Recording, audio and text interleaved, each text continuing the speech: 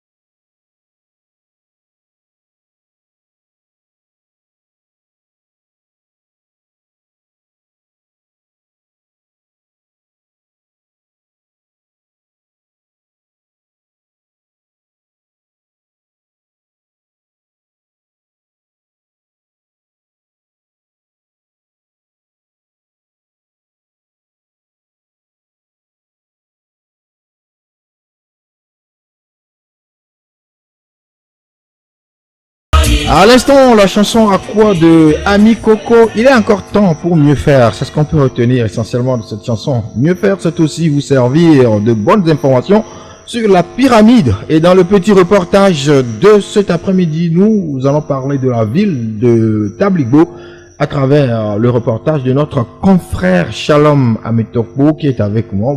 Bonjour Shalom. Bonjour Yves Aounion, bonjour à tous les auditeurs et auditrices de Pyramide FM. Ah oui, ça fait plaisir de vous recevoir une seconde fois dans cette émission. Tout le plaisir est pour moi d'être une fois encore invité dans votre émission pour partager avec les auditeurs et auditrices les contours d'un de mes reportages qui porte aujourd'hui sur la ville de Tabligbo. Pourquoi on va choisir d'aller faire un tour à Tabligbo? Tabligbo, pourquoi? Tout tout d'abord, il faut dire que j'avais la ville de Table-Beau dans mes agendas depuis. Je prévoyais aller à Table-Beau depuis la semaine surpassée. Et il s'est fait que j'ai pas pu faire le déplacement par rapport à certaines raisons. Et fort heureusement, une heureuse coïncidence est apparue avec la publication du volet togolais des enquêtes portant sur les scandales de Panama Papers. Et je me suis dit, bon, c'est une bonne occasion pour aller rendre visite à Table-Beau, visiter la ville de Table-Beau et découvrir ce que les populations de cette localité vivent. Vous avez passé combien de temps à Table-Beau pour ramener ce reportage? J'aurais voulu faire 2-3 jours dans la ville de Table-Beau, si tant est que c'est une ville, mais par rapport à nos moyens, j'ai juste passé toute une journée dans cette Si localité. tant est que c'est une ville, ça veut dire que vous pensez que ce n'est pas une ville? Oui, à mon entendement, j'ai passé toute une journée dans cette localité en cherchant la ville de Table-Beau. Je suis désolé, je suis revenu sans trouver la ville de Table-Beau. C'était la première fois que vous visitez la ville, la région? Non, j'ai fait plusieurs fois à Table-Beau. Je me rappelle même qu'il y a de cela 6 ans, j'ai passé mon bac dans cette localité. Ok, donc vous maîtrisez bien la localité. Table-Beau, une ville fantôme, qu'est-ce que vous y avez vu et qui vous a fait si peur sur le terrain?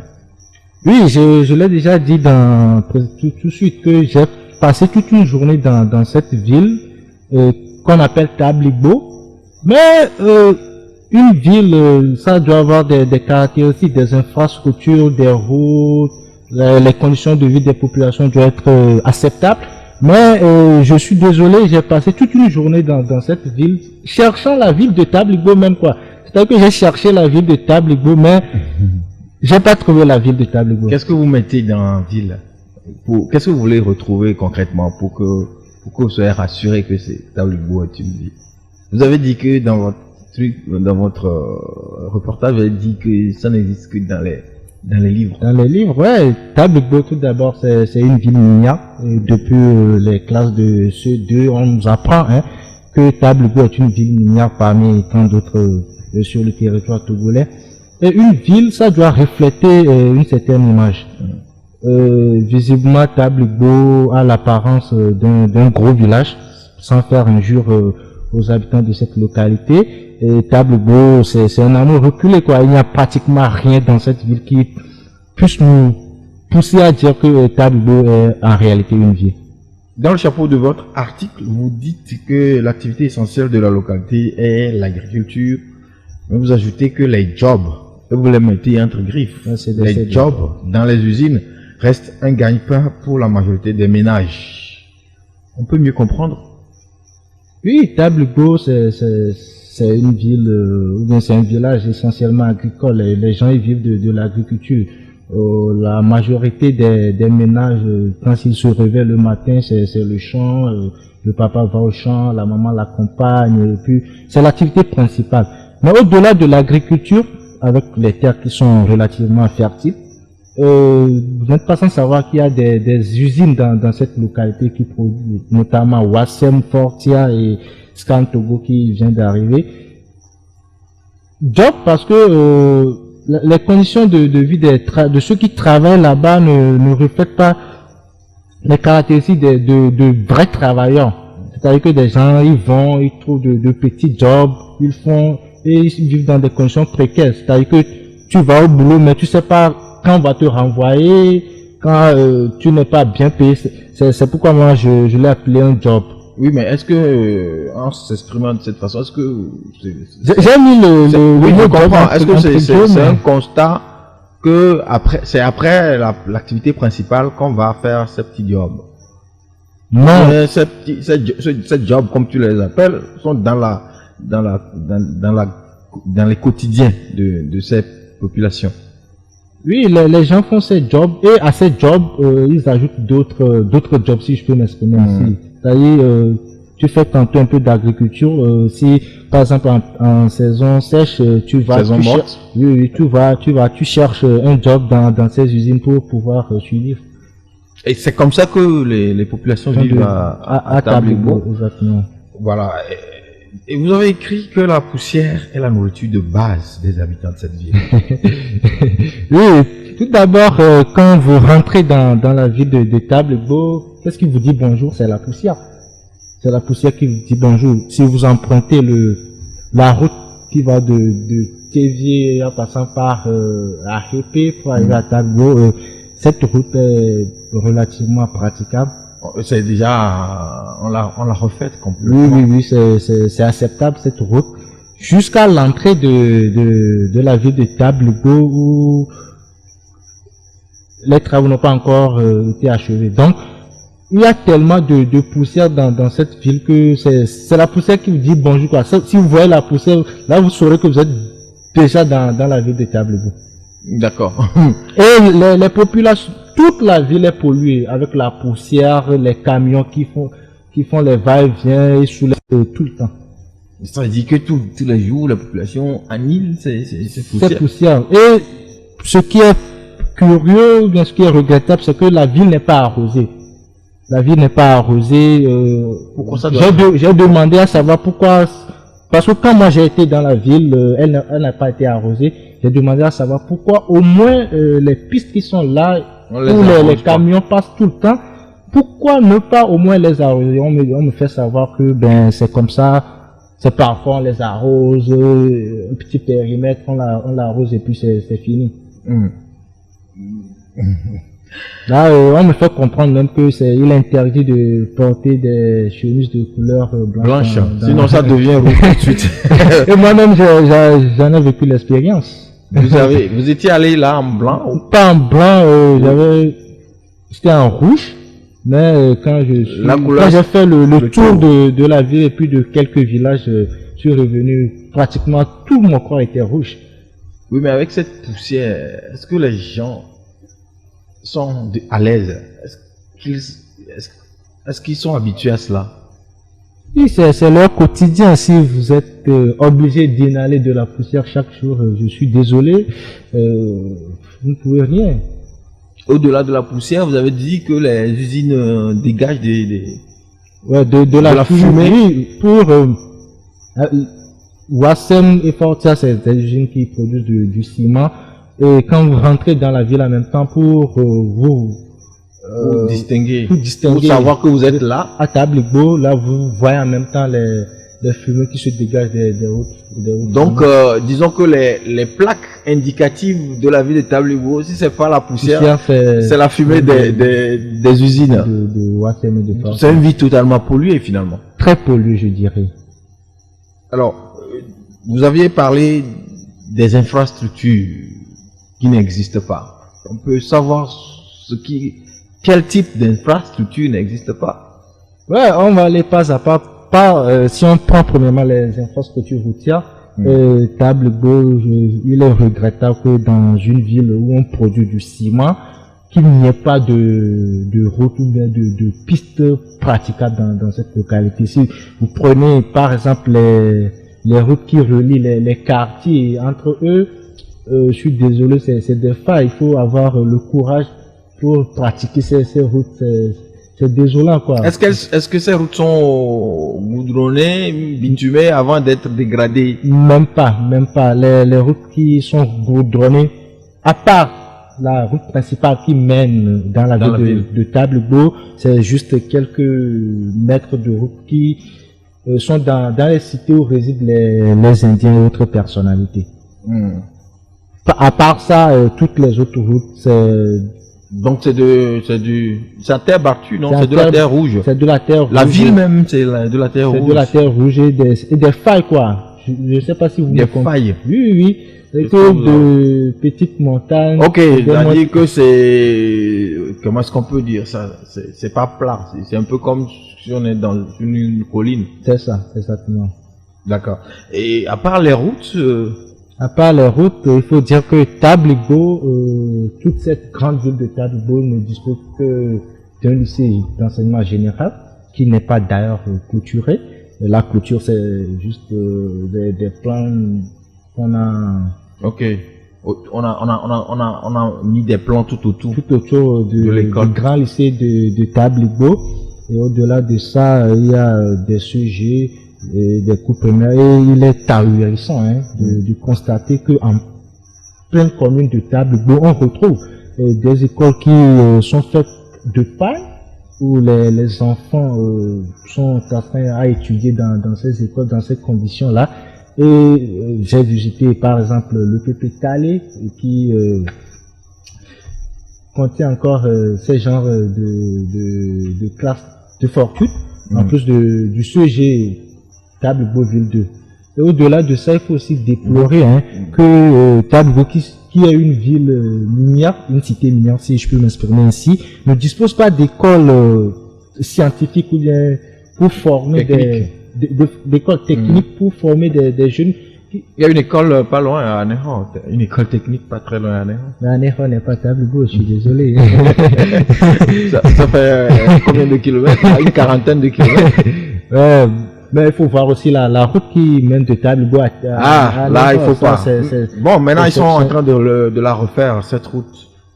Il faut aller aussi voir tout ce qui se passe là. Ça c'est un autre dossier. Voilà. Table-Beau ne dispose pas d'école technique. Et ce qui est... Et pourtant, il y a des usines. Il y a des usines qui sont dans la ville et là, ils sont obligés d'aller faire appel à d'autres techniciens venus d'autres villes de Lomé, par exemple. Vous voyez, ce qui est encore plus triste, je dirais, comment vous pouvez imaginer qu'une ville comme Table-Beau ne dispose pas de bibliothèque publique.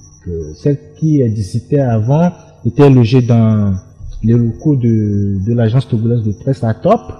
Et j'ai visité l'agence togolaise de presse aussi, c'était logé dans une brousse. Je me suis demandé à savoir si ce sont des chercheurs qui travaillent là. J'ai pas compris, dans une brousse ou bien il y a des herbes? Ben c'est une brousse, C'est éloigné de la ville, du centre-ville? C'est au cœur de la ville même. C'est pas loin du monument qui est au rond-point central de la ville de Table-Beau, qui est aussi...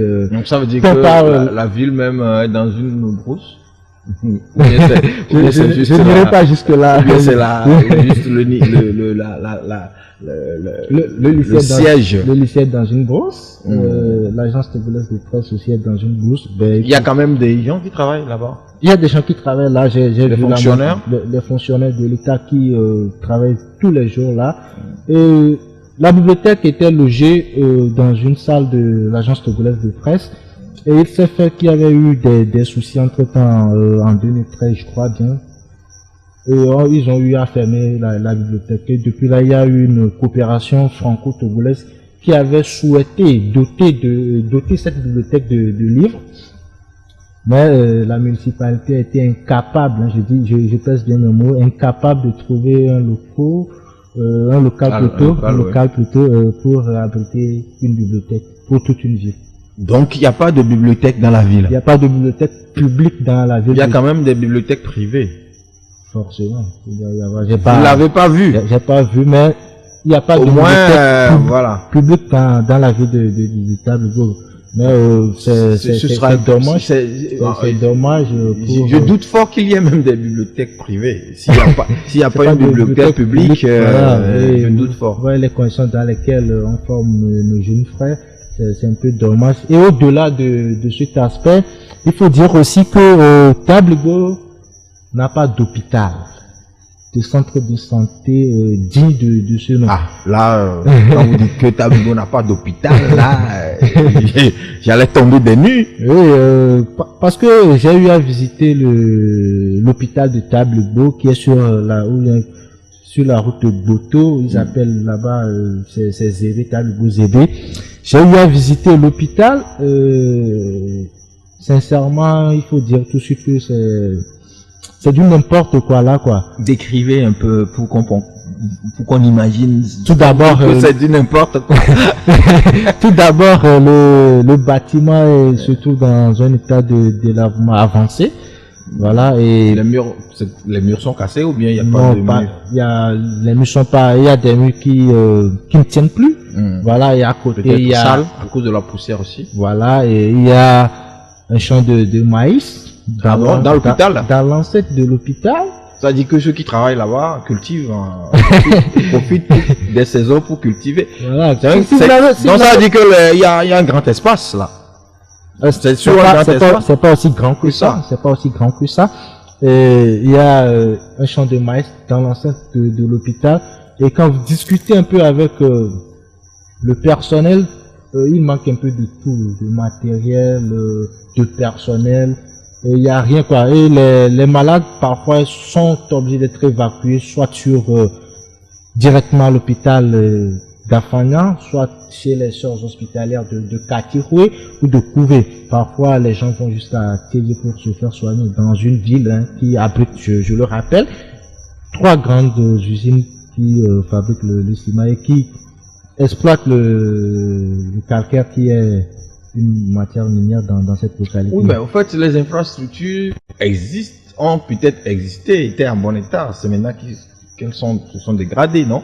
Et si je peux me relancer par rapport à ça, il faut dire que on va parler un peu de l'eau. Si vous voyez les installations qui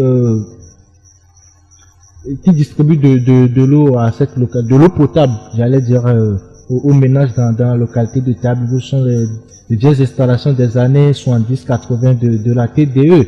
Vous voyez, donc il y avait des installations, mais qui n'ont pas été renouvelées ou bien réhabilitées pour pouvoir alléger la tâche aux populations de Tabligo.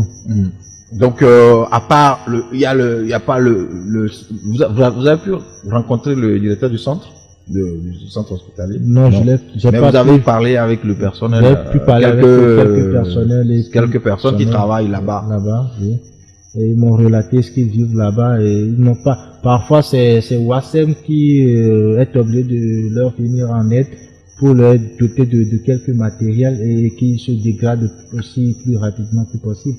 Oui, mais s'il n'y a pas d'hôpital avec toute cette poussière-là, ça veut dire qu'il oui, y aura beaucoup de malades. C'est ce qui est regrettable. C'est ce qui est regrettable dans une ville qui est, je dirais, presque polluée. C'est une catastrophe environnementale à Tabligo, une ville qui est presque polluée. Et il n'y a même pas d'accompagnement parce que on pourrait faire des campagnes de vaccination aux populations, du moins pour les faciliter la tâche. Allez-y. Et pour leur faciliter la tâche, là j'ai posé la question aux gens, j'ai rencontré des citoyens, ils m'ont dit que c'est vraiment déplorable, quelles que soient les actions qu'ils mènent, ils ne trouvent jamais d'aboutissement. D'accord. Alors, à part les hôpitaux, l'école, la bibliothèque, les routes, rien de tout ça n'existe. Non, toutes ces choses n'existent que de nom. Si vous allez, par exemple, au tribunal de Tabligo, c'est déplorable de se faire juger même le tribunal. Dans son locaux. Il y a une prison là. Il n'y a pas de prison. Il y a une prison à Tabligo. Je ne crois pas. Je crois pas. Je crois que la prison c'est à Néro. C'est à Néro. Et il y a un camp de militaires. Un détachement oui, ça, dans la localité. On ne va pas, on ne peut pas en douter. C'est ça. Bon, donc nous allons marquer une pause et revenir après. Le temps de voir si nous pouvons avoir en ligne quelqu'un de Tabligo pour justement témoigner de comment ils vivent dans le milieu. Nous allons marquer la pause et on se retrouve après.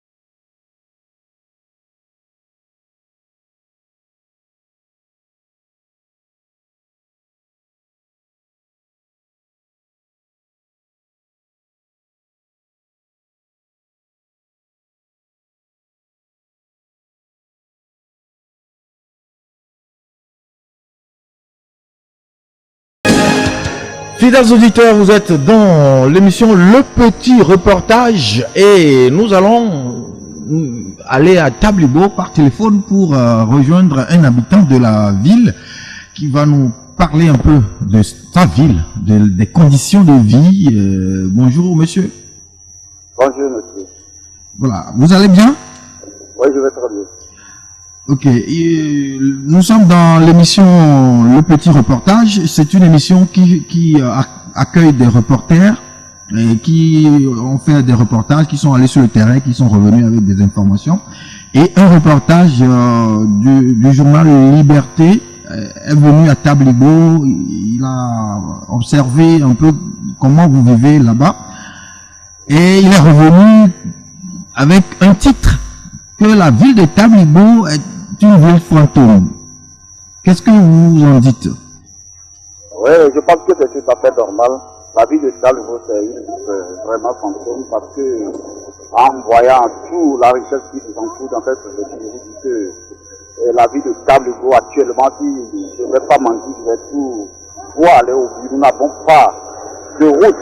Et par exemple, en allant tout droit, je vais vous dire que du rond-point qui quitte la gendarmerie et le commissariat jusqu'à la préfecture, c'est une route très délabrée, poussiéreuse. Et toutes les boutiques qui sont à bord de cette route, je vous dis que si vous restez à côté de la route pendant une minute seulement, je vous dis que vous serez très calme. Je vous dis que Tablibo n'a pas un centre de santé digne de ce nom. Les villages qui nous entourent à Tablibo n'ont pas électricité. Comment est-ce que vous pensez? Avec toutes les usines. Par exemple, nous avons Wassem, nous avons le Fortia, et nous avons, comment on l'appelle, Pepabac. Mais je vous dis que les sociétés-là n'emploient que la minorité de la jeunesse de Tablibo et qui s'en sort avec un salaire très maigre et qui parfois revendiquent, sont d'ailleurs licenciés, voire poursuivis. Et je vous dis que sincèrement, Tablibo est une ville très délabrée, sale, et je ne sais pas comment calculer. Oui, le reporter nous rapporte que la population vit essentiellement de l'agriculture.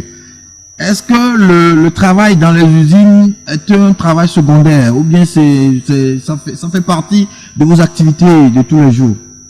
Je vous dis que la population effectivement vit de l'agriculture, mais de toutes les façons, tout comme les autres préfectures bénéficient de leur richesse, l'autre aussi a le droit de bénéficier de sa richesse. C'est de là que je vous dis que nous avons des usines. Normalement, comme ça se fait dans les pays développés, ou comme ça se fait dans les pays un peu civilisés, ça doit se faire aussi à Tablibo. Et de toutes les façons, nous avons des usines. Tout à l'heure, il y a un chose comme nous appelons quand qui vient d'être implanté dans le canton de Tafli.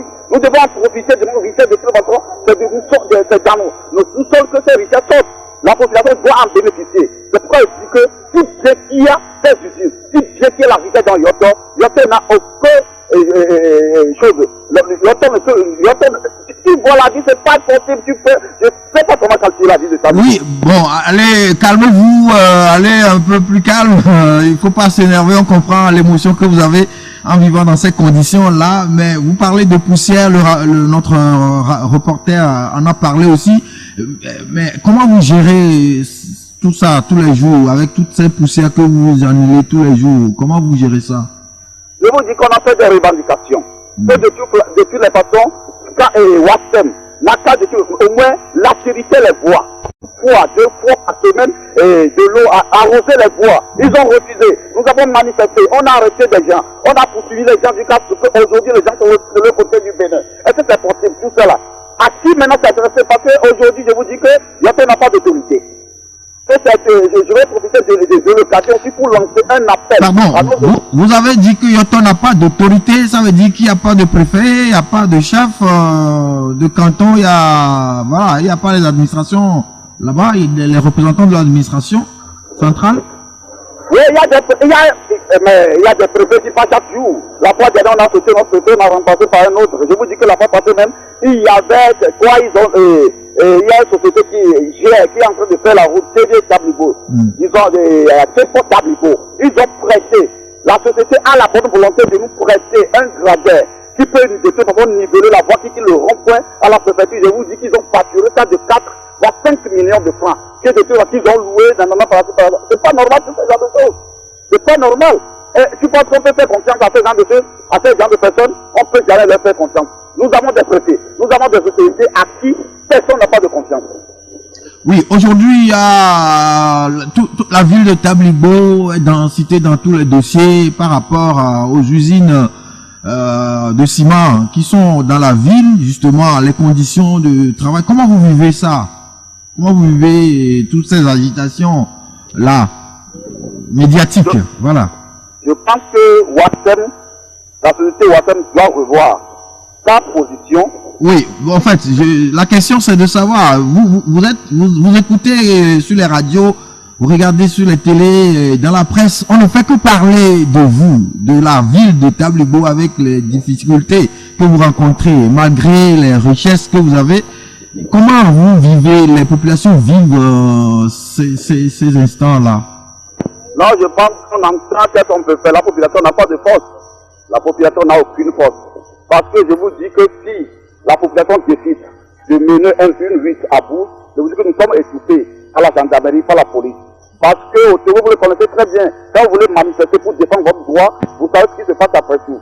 Donc, pour le moment, la population est calme. Il voit comment réagir, le gouvernement va réagir et verra dans quelles conditions il va changer les trucs dans les jours à venir. Vous avez des cadres quand même, ça dit qu'il y a beaucoup de cadres togolais qui sont sortis de cette localité. Est-ce que vous les approchez? On les approche, mais quand même aujourd'hui, ces cadres-là, je vous dis qu'ils n'ont pas de pouvoir. Tu sais que quand tu n'as pas le pouvoir, tu ne peux que apporter ta contribution, apporter des apports de solutions. Et si le gouvernement ne tient pas en compte de ce que tu dis, comment vous allez en faire? Il y a beaucoup de ces cadres qui ont fait partie des gouvernements par le passé. Oui, ils font partie des gouvernements par le passé. Aujourd'hui, ils ne sont pas au pouvoir. Okay. Il faut que proposer. Et si le gouvernement ne tient pas compte de ce qu'ils disent, on ne peut rien.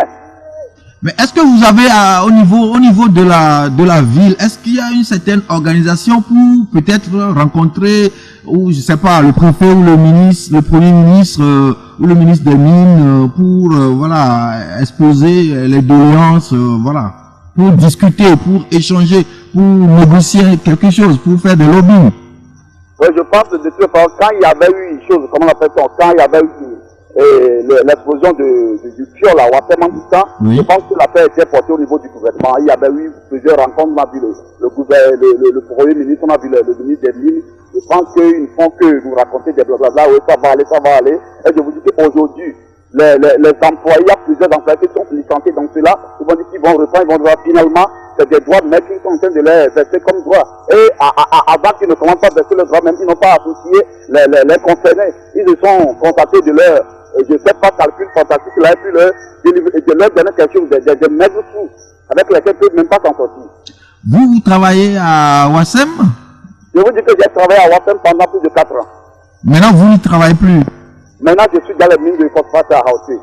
Ah, d'accord. Mais vous êtes de Tablibo? Je suis de Tablibo, je suis de Tablibo, je suis apprécié de Yoto. Maintenant, qu'est-ce que vous souhaiteriez qu'on vous fasse? Non, je pense qu'aujourd'hui, là, Ouassem doit nécessairement revoir sa position envers ses employés et envers la population de Yoto. Je vous dis que les populations ne font que souffrir de jour en jour.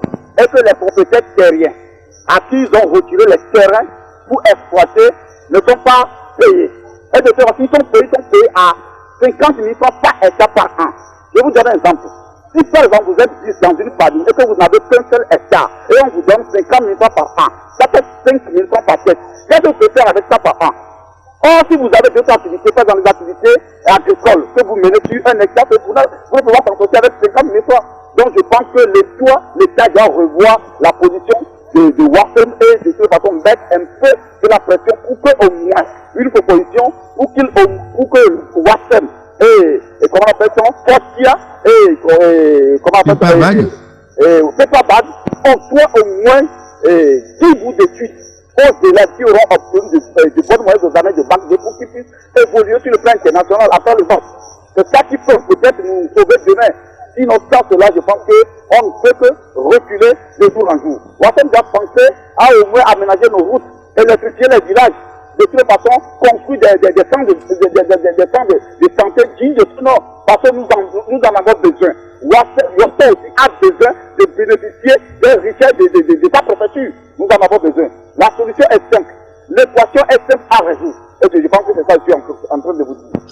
D'accord, monsieur, nous n'allons pas vous prendre trop de temps. Nous avons compris, hein, vous avez essayé de répondre à nos questions. Merci et portez-vous bien. Nos salutations à toute la population de Tabligo. Merci, c'est moi plutôt qui vous remercie. Allez, au revoir. Au revoir. Bon voilà, nous avons fait sciemment de ne pas révéler l'identité de ce monsieur pour voilà des raisons il a souhaité. Donc voilà, un fils de Tabligo, il est un peu voilà émotionnel. Il y a beaucoup d'émotions dans ce qu'il a dit. Oui, je le comprends parfaitement pour avoir passé juste une seule journée dans cette localité. Tout ce qu'il a dit, il a parfaitement raison. Il a décrit la situation comme telle. Nous étions en train de parler des infrastructures. Vous nous disiez que le tribunal n'est pas digne d'un tribunal. Non, c'est pas digne d'un tribunal. Si vous faites juger, condamner, là, c'est un second enfant, je dirais, quoi. Non, c'est pas possible d'avoir un tribunal dans cet état-là. Et pourtant, on l'a dit, vous l'avez dit, l'intervenant l'a dit, Tabligo est construite sur une mine de clinker. Du calcaire, oui. Oui, vous avez parlé de calcaire. Pourquoi oui. le calcaire? Dans votre article, vous l'avez mis entre griffes. Oui, une mine de... J'ai dit dans l'article que Tabligo est un gros village, mais construit sur une mine de calcaire. Pour ne pas dire une mine d'or, quoi. C'est pour cela que j'ai mis le calcaire entre guillemets.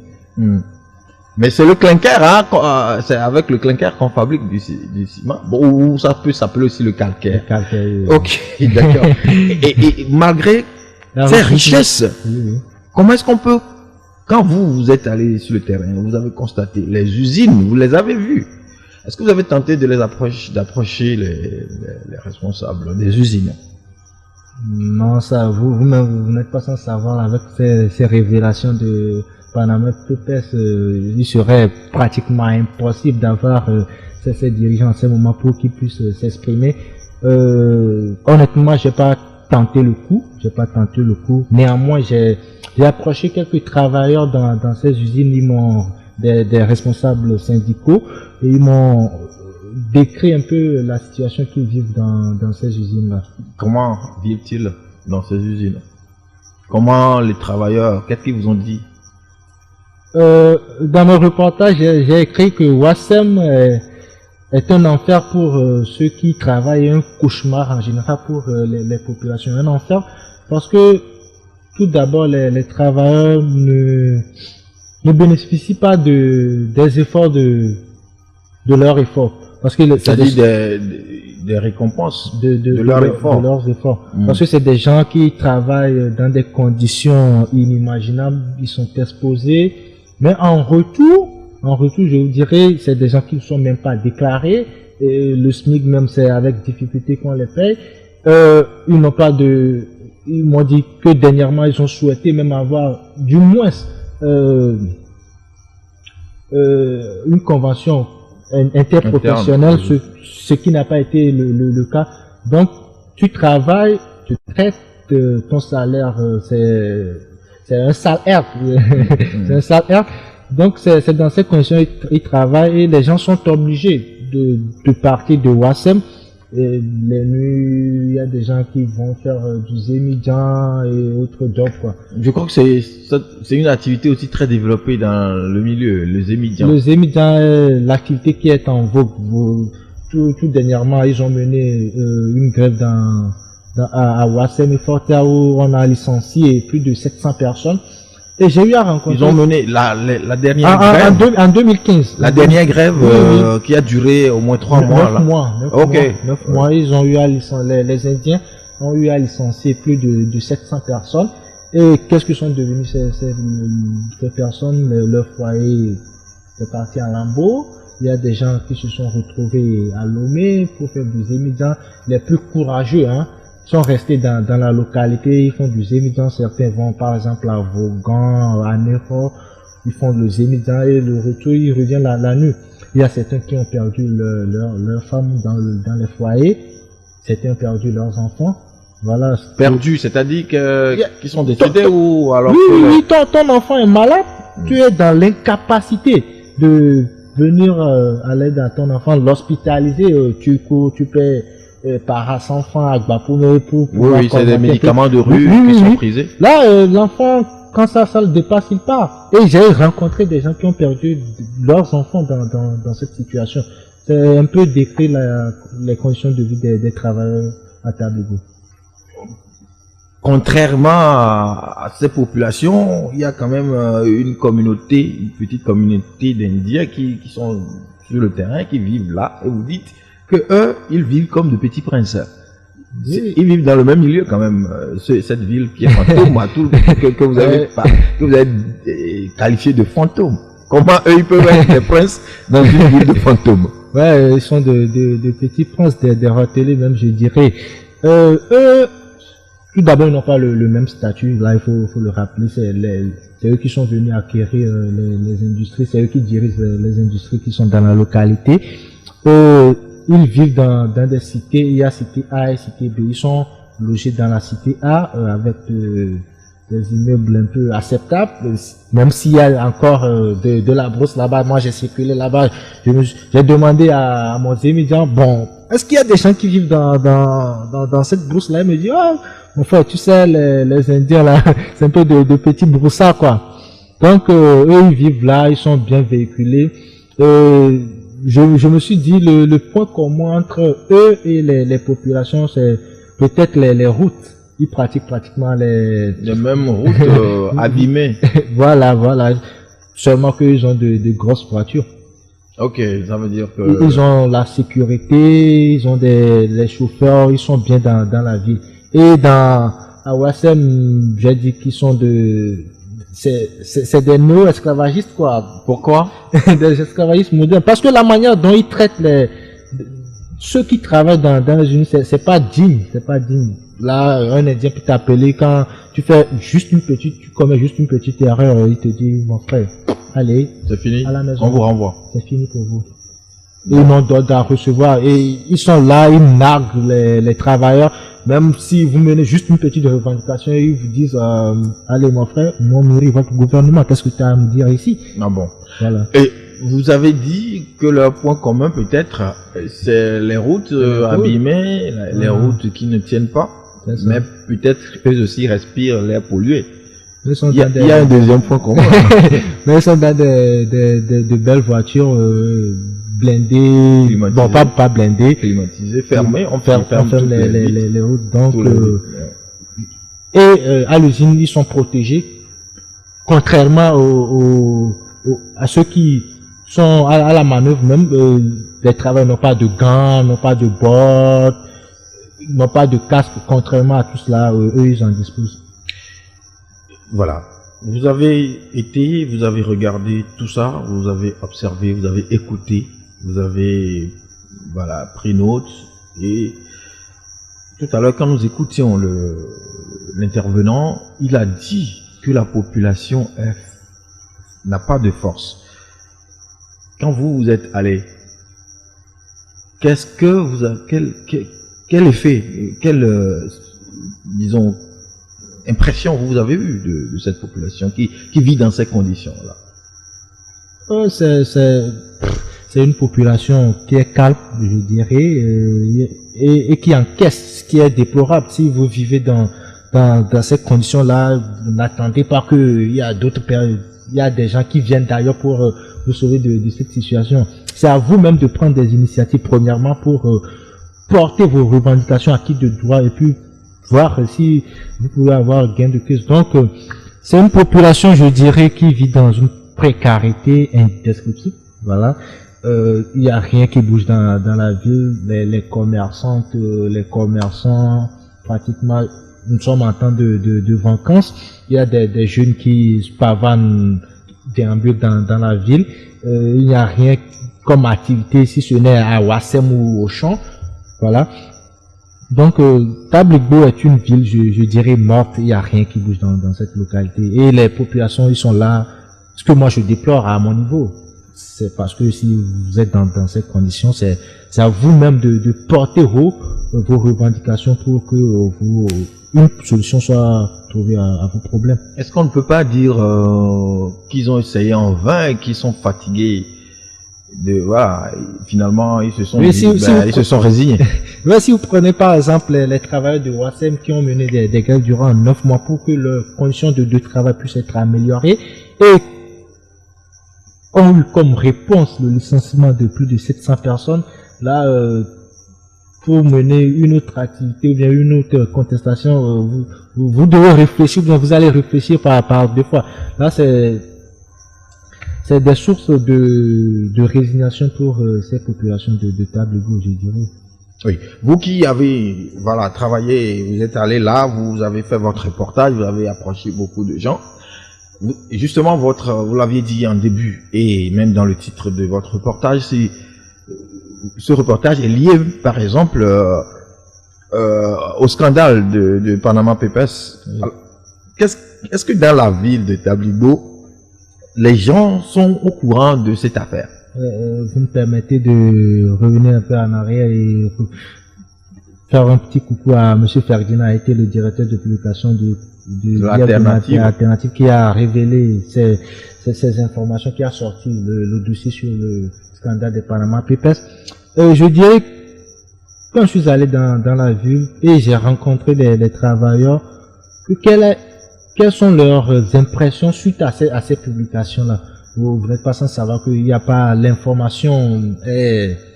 Ça ne circule Ça pas. C'est seulement à Lomé que les gens sont mieux informés dans ces localités. Il n'y a pas l'information qui circule. Mais néanmoins, il y a certaines personnes qui ont été au courant de ces révélations. Et ce qui est revenu dans nos échanges, c'est que c'est la confirmation de ce que eux, ils pensaient depuis. Parce que quoi?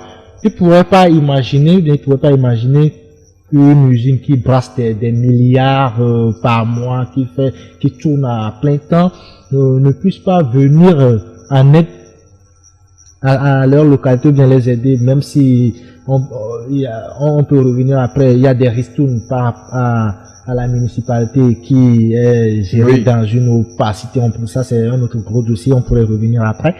Et ils m'ont dit qu'ils ne comprennent pas comment leur localité puisse avoir ces industries-là et être dans ces conditions. Donc c'est la confirmation de ce que eux ils pensaient depuis que les Indiens, quand ils brassent leurs milliards, ils les font évaporer dans... Donc eux pensaient déjà ça. Déjà que ça. l'argent que rapportent les entreprises là ne reste pas dans le pays. Dans le pays qui sont évaporés. Mais l'information là, ils sont pas vraiment. Il n'y a pas tellement de. Il n'y a pas d'engouement autour. de- C'est comme si ils savent beaucoup ne Mais ça, savent pas. c'est- Est-ce qu'ils ne savent pas ou bien ils ne comprennent pas? Ils ne savent pas. Ils ne savent pas, et je dirais que c'est le travail des journalistes de faire passer le message à ces populations. Et il faut aussi regretter le silence des organisations de la société civile. Quand eux ils se sont dans cette situation, c'est à eux de prendre l'information et aller dans ces populations-là, les informer, les sensibiliser par rapport à ces populations, pour que ces populations puissent prendre leurs responsabilités. Là, eux, ici, ils sont là, à Lomé, ils font... Ben, j'avoue que j'ai invité un de ces organisations, un responsable de l'une de ces organisations, là, qui m'a dit que leur déontologie ne leur permet pas de parler de cette situation. Donc, voilà, ça fait qu'on n'a pas pu l'avoir. Bon, je dirais pas que c'est ridicule, mais c'est triste. Voilà. C'est triste. Donc, voilà, on a fait le tour, mais avant, vous aviez touché du doigt tout à l'heure une question sur laquelle on devait revenir tout à l'heure. Quand on vous expliquait tout à l'heure, vous avez touché du doigt une question. Oui. C'est par rapport au ristourne. Au ristourne, justement, au ristourne que verse Ouassem Ouassem. et autres là. Au moins, les usines font quand même un petit effort. Apparemment, c'est pas quand on vous a écouté depuis le début jusqu'à maintenant, on n'a pas senti cela. C'est pas pour les dédouaner, ils font quelque chose. Et ils donnent des ristournes par mois, je crois, à la municipalité. Et il y a des gens qui prennent le vilain plaisir, je dirais, de dilapider ces sous et les mettre dans de n'importe quoi. L'argent n'est pas ce à quoi l'argent est destiné. On le voit pas. Ils ne font pas ça. Oui, mais finalement, si, à supposer que l'usine donne des ristournes aussi petits, soit Des ristournes insignifiantes. aussi insignifiants soit-il, et qu'on n'a pas le résultat, est-ce qu'on l'encourage à donner plus? Mais c'est à eux aussi de faire les suivis. Et ça pose également le problème de la décentralisation. Il faut élire les dirigeants locaux pour qu'ils puissent être redevables et au devant de la population, parce que des gens qui ont été nommés depuis 20 ans, 30 ans, ils sont là, ils se croient de petits seigneurs. Quand ils prennent l'argent, c'est pour entretenir leurs copines, construire des maisons et tout. Donc, vous voyez, si il n'y a pas une décentralisation pour que les ristournes là qui sont alloués à la municipalité soient bien gérés, je suis désolé. Eux aussi, ils sont en partie coupables. En plus de l'impunité grandissante qu'il y a dans le pays. Toi, si tu voles un peu, tu vas t'asseoir quelque part, puis tu marches tranquille. Bien, d'accord, voilà, shalom, Ametoko. Nous avons fait le tour, nous sommes pratiquement à la fin de cette émission. S'il y a un mot ou quelque chose pour compléter tout ce qu'on a dit, on le fait rapidement. Et je dirais que au cours de mon reportage aussi, j'ai eu à visiter quelques localités avoisinantes. C'est-à-dire des villages environnants. Voilà, j'ai été à Tokli où il y a Scan Togo, et là-bas aussi c'est un désastre, J'ai eu à visiter mais bon, on ne parle pas beaucoup de Scan Togo, ça veut dire que ben, peut-être que ils travaillent dans des conditions beaucoup mieux. Non, pas qu'ils travaillent dans des conditions beaucoup plus mieux, mais parce qu'ils sont pas cités dans le scandale, pour le moment, dans le scandale des Panama Papers. Oui, mais depuis un moment, même quand on parle de grève, tout ça, vous n'allez jamais entendre des ouvriers de Scan Togo faire la grève. Ben, c'est leur problème. Je dis peut-être qu'ils vivent, eux, au moins, ils sont dans de bonnes conditions. Un aspect, moi, j'ai eu à discuter avec le chef du village et il m'a dit qu'il n'y a pas de ressortissants de Tokli qui ont été, qui travaillent, il y a juste une seule personne là qui a été recrutée qui travaille à Scan Togo. Là, ça pose un problème. Et aussi, pour aller à Tokli, il n'y a pas de route. Ah oui, cette voie, je l'ai empruntée une fois. C'est également de la poussière. C'est également de la poussière. Il n'y a pas d'eau, c'est l'eau du fleuve Mono que disons que c'est les mêmes conditions. Les mêmes conditions. Mais si vous allez un peu en arrière, vous vous rendez compte que Tablibo a, au-delà du calcaire qu'il produit, a également produit, si je mets ça entre guillemets, de cadres. Voilà. Par exemple, Aguero, Kodo, Agbebo, Henri Bonnet, lui qui se retrouve être actionnaire de Wassem, qui cautionne les conditions de vie de ses frères qui travaillent dans cette localité-là. Si vous voyez tous ces cadres-là, vous vous rendez compte que Tablibo est un village qui a été abandonné par ses frères parce qu'ils ont eu à être avoir des responsabilités au niveau de l'appareil d'État. Il y a eu 2 premiers ministres, des ministres d'État, et je me suis dit, quand j'ai visité Tab et Tokli, je me suis dit que Tokli n'a qu'une seule chose, une tour jumelle. Et la tour jumelle, c'est la maison d'Agome et de Ninevi qui sont côte à côte. C'est seulement ça qu'il y a dans le village. C'est l'occasion pour interpeller tout ce beau monde-là, pour qu'ils puissent revoir leur copie. Pour qu'ils réagissent. Pour qu'ils réagissent. Merci, Shalom Amitoko. Je rappelle que vous êtes journaliste, reporter du quotidien Liberté. Merci d'avoir répondu à notre invitation. Merci à vous. La Gazette du Togo. L'autre regard de l'actualité togolaise. Rejoignez-nous sur le www.lagazettedutogo.com ou encore sur nos comptes Twitter, Facebook et YouTube. Pour nous soutenir, merci de nous contacter à l'adresse suivante: contact@lagazettedutogo.com.